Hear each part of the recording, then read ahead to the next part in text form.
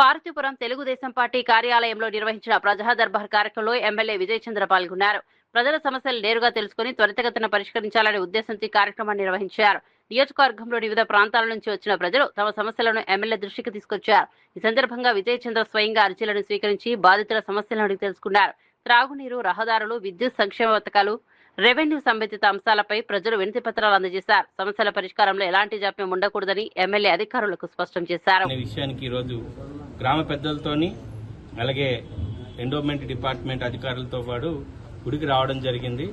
కూటమి ప్రభుత్వం వచ్చిన తర్వాత దాదాపుగా మేము కమిట్మెంట్ తీసుకున్నాం.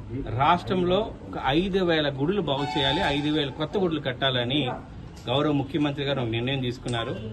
నాకు కూడా మన నియోజకవర్గానికి కూడా దాదాపు 18 గుడులు కట్టండి, 1800 గుడులు కట్టండి కావాలంటే మన్యం డిస్టిక్ అని చెప్పి ఒక టార్గెట్ కూడా ఇచ్చారు.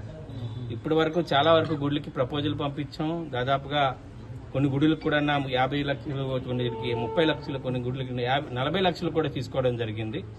అయితే ఈ గుడి చూసిన తర్వాత, ఈ గుడి చరిత్ర తెలుసుకున్న తర్వాత దాదాపుగా 100 సంవత్సరాల పైబడి చరిత్ర ఉన్న ఈ టెంపుల్ని ఎలాగా తిరిగి బాగు చేయించుకోవాలి.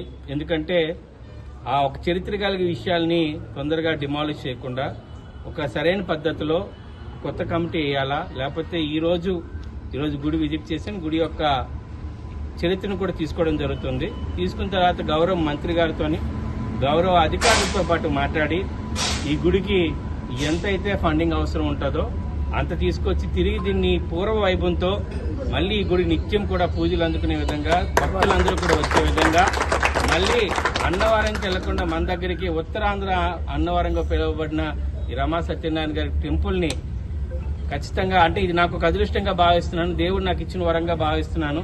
ఎన్నో సంవత్సరాలుగా గుడిని తిరిగి పునఃప్రారంభించే బాధ్యత తీసుకుంటున్నానని మరొకసారి తెలియజేసుకుంటూ ఈ గుడిలో కమిటీ కూడా వేస్తాం. ఈ గుడిలో కావాల్సిన అన్ని సౌకర్యాలని అందిస్తామని మరొకసారి తెలియజేసుకుంటూ ఎప్పుడు కూడా రమా సత్యనారాయణ స్వామి ఆశీస్సులు ఉండాలని కోరుకుంటూ, మా నియోజకవర్గానికి, మా పార్వతీపురంకి ఉండాలని కోరుకుంటూ ఈరోజు మీ అందరి దగ్గర సెలవు తీసుకుంటున్నాను. జై హింద్.